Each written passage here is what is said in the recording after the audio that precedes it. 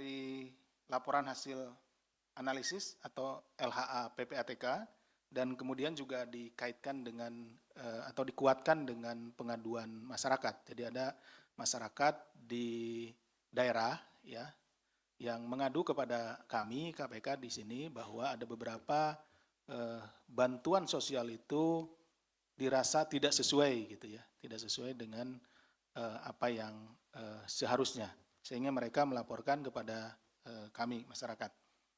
Setelah dilakukan penyidikan umum sejak Desember 2024, penyidik telah menemukan sekurang-kurangnya 2 alat bukti yang cukup dan kemudian 2 hari ke belakang menetapkan 2 orang tersangka sebagai berikut, yaitu HG selaku anggota Komisi 11 DPR RI periode 2019-2024. Kedua, ST selaku anggota Komisi 11 DPR RI periode 2019-2024. Adapun konstruksi perkaranya adalah sebagai berikut. Komisi 11 DPR RI dalam melaksanakan tugas dan wewenangnya memiliki beberapa mitra kerja, di antaranya adalah Bank Indonesia dan Otoritas Jasa Keuangan atau OJK. Khusus terhadap Bank Indonesia dan OJK, Komisi 11 memiliki kewenangan tambahan, yaitu mewakili DPR memberikan persetujuan terhadap rencana anggaran masing-masing lembaga tersebut setiap tahunnya. Jadi ada anggaran untuk lembaga ini nih, untuk BI, kemudian juga untuk OJK. Nanti Komisi 11 ini anggaran yang untuk BI maupun untuk OJK itu dirapatkan gitu ya, seperti itu, kemudian dievaluasi dan lain-lain, kemudian disetujui gitu ya oleh Komisi 11. Sebelum memberikan persetujuan dimaksud, Komisi 11 DPR RI terlebih dahulu membentuk panitia kerja. Tadi kan ada panjanya seperti itu, yang di dalamnya termasuk Saudara HG dan Saudara ST untuk membahas pendapatan dan pengeluaran rencana anggaran yang diajukan oleh BI dan OJK. Jadi dengan adanya panja tersebut, kemudian anggaran yang diajukan oleh BI maupun OJK dibahas dalam satu rapat, kemudian dilihat bagaimana rencana pengeluarannya, kemudian rencana pendapatannya, seperti itu. Setelah rapat kerja Komisi 11 DPR RI bersama pimpinan BI dan OJK pada bulan November di setiap tahunnya, ya, November di setiap tahunnya. Jadi dalam hal ini tahun 2020, 2021, dan 2022, Panja melaksanakan rapat tertutup. Jadi yang ada hanya BI, OJK, kemudian dengan Panja. Bahwa dalam rapat terdapat kesepakatan antara lain, 1. BI dan OJK memberikan dana program sosial kepada masing-masing anggota Komisi 11 DPR RI. Ini sejalan dengan apa yang disampaikan oleh Saudara S. Saya membacanya juga waktu itu di media yang rekan-rekan sekalian tulis. Pada saat Saudara S ini selesai diminta keterangan, menyampaikan bahwa seluruh anggota Komisi 11 menerima dana bantuan. Nih Saudara S bilang begitu ya, saya hanya mengutip dari yang Saudara S sampaikan.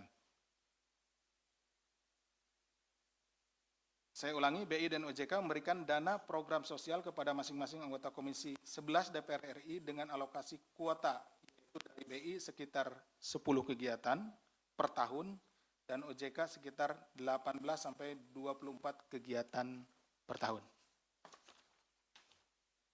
2. Dana program sosial diberikan kepada anggota Komisi 11 DPR RI melalui yayasan yang dikelola oleh anggota DPR Komisi 11. Jadi tidak langsung uang itu diberikan kepada perorangan anggota Komisi 11, tetapi diberikan melalui yayasan. Artinya anggota Komisi 11 kemudian bisa menunjuk yayasan yang sudah ada, gitu ya, karena banyak misalkan yayasan sosial dan lain-lain yang ada bisa ditunjuk, misalkan di daerah pemilihannya, di dapilnya, atau bisa juga yayasan yang dimilikinya, yang khusus menampung uang untuk kegiatan sosial tersebut. Teknis pelaksanaan penyaluran dana bantuan sosial dibahas lebih lanjut oleh tenaga ahli. Jadi masing-masing anggota DPR RI ini, Komisi 11, memiliki tenaga ahli. Nanti teknisnya, tenaga ahli inilah yang akan mengaturnya atau membahasnya gitu ya. Dari masing-masing anggota DPR Komisi 11 dan pelaksanaan dari BI dan OJK dalam rapat lanjutan. Jadi ada rapat lanjutan kemudian untuk membahas penyaluran dari bantuan sosial ini.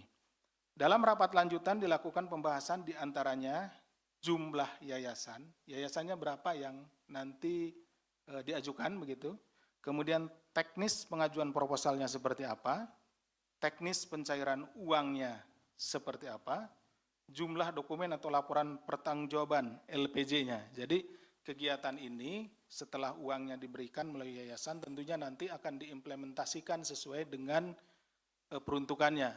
Seandainya dana bantuan sosial ini untuk rutilahu ya harus dibuat rutilahu seperti itu. Nah, kemudian diminta pertanggungjawabannya atau LPJ-nya.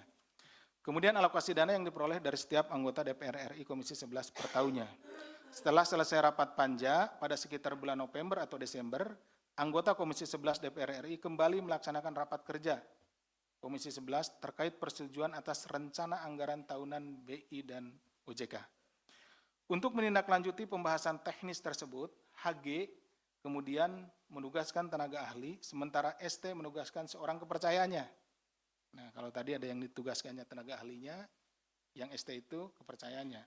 Untuk membuat dan mengajukan proposal permohonan bantuan dana sosial kepada BI dan OJK melalui 4 yayasan yang dikelola oleh Rumah Aspirasi HG dan 8 yayasan yang dikelola oleh Rumah Aspirasi ST. Jadi ini beda-beda. Kalau HG itu menggunakan 4 yayasan, kalau ST menggunakan 8 yayasan. Seperti itu ya. Selain kepada BI dan OJK, tersangka HG dan ST juga diduga mengajukan proposal permohonan bantuan dana sosial kepada mitra kerja Komisi 11 DPR lainnya melalui yayasan-yayasan yang dikelolanya. Bahwa pada periode tahun 2021 sampai dengan 2023, yayasan-yayasan dikelola oleh HG dan ST telah menerima uang dari mitra kerja Komisi 11 DPR RI, namun tidak melaksanakan kegiatan sosial sebagaimana dipersyaratkan dalam proposal permohonan bantuan dana sosial. Artinya, bukan tidak ada sama sekali ya, di rekan-rekan ini ada kegiatan-kegiatan yang dilakukan tetapi tidak keseluruhan. Seperti sering saya contohkan, dana sosial untuk rutilahu 10 rumah. Gitu ya. Nanti yang dipergunakan hanya 2 rumah, kemudian dipotret sana-sini gitu ya. Kemudian dibuat pertanggungjawaban untuk 10 rumah. Sehingga kelihatan di pertanggungjawabannya 10 rumah, padahal yang dibuat hanya 2 rumah. Jadi dana yang untuk 8 rumahnya lagi itu yang digunakan untuk kepentingan pribadinya. HG menerima total 15,86 miliar dengan rincian sebagai berikut. Senilai 6,26 miliar dari BI melalui kegiatan program bantuan sosial Bank Indonesia.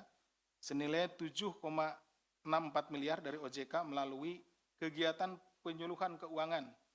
Serta senilai 1,94 miliar dari mitra kerja Komisi 11 DPR RI lainnya. Bahwa selanjutnya HG diduga melakukan dugaan tindak pidana pencucian uang dengan memindahkan seluruh uang yang diterima melalui yayasan yang dikelolanya ke rekening pribadi melalui metode transfer. Di mana HG kemudian meminta anak buahnya untuk membuka rekening baru yang akan digunakan menampung dana pencairan tersebut melalui metode store tunai. HG menggunakan dana dari rekening penampungan untuk kepentingan pribadi, diantaranya pembangunan rumah makan, pengelolaan outlet minuman, pembelian tanah dan bangunan, hingga pembelian kendaraan roda 4.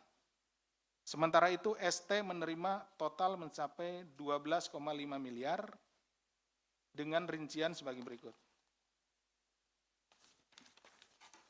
Sejumlah 6,3 miliar dari BI melalui program bantuan sosial Bank Indonesia, sejumlah 5,14 miliar dari OJK melalui kegiatan penyuluhan keuangan serta sejumlah 1,05 miliar dari mitra kerja Komisi 11 DPR lainnya.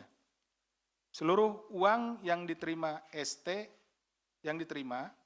melakukan dugaan tindak pidana pencucian uang dengan menggunakan dana tersebut untuk keperluan pribadinya seperti ditempatkan di deposito, pembelian tanah, pembangunan showroom, pembelian kendaraan roda 2, serta pembelian aset-aset lainnya.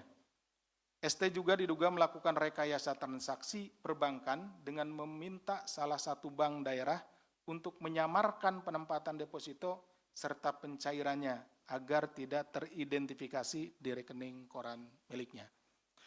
Bahwa menurut pengakuan ST, sebagian besar anggota Komisi 11 DPR RI lainnya juga menerima dana bantuan sosial tersebut.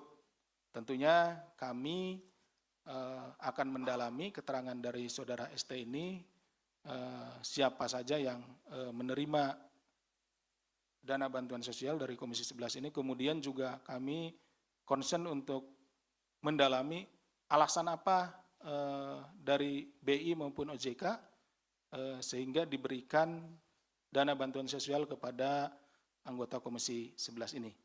Atas perbuatannya, para tersangka disangkakan telah melanggar pasal 12B besar Undang-Undang Nomor 31 Tahun 99 tentang pemberantasan tindak pidana korupsi sebagaimana telah diubah dengan Undang-Undang Nomor 20 Tahun 2001 tentang perubahan atas Undang-Undang Nomor 31 Tahun 1999 tentang pemberantasan tindak pidana korupsi, Junto pasal 55 ayat 1 ke 1, Junto pasal 64 ayat 1 KUHP, serta tindak pidana pencucian uang sesuai dengan Undang-Undang Nomor 8 Tahun 2010 tentang pencegahan dan pemberantasan tindak pidana pencucian uang, Junto pasal 55 ayat 1 ke 1 Kitab Undang-Undang Hukum Pidana.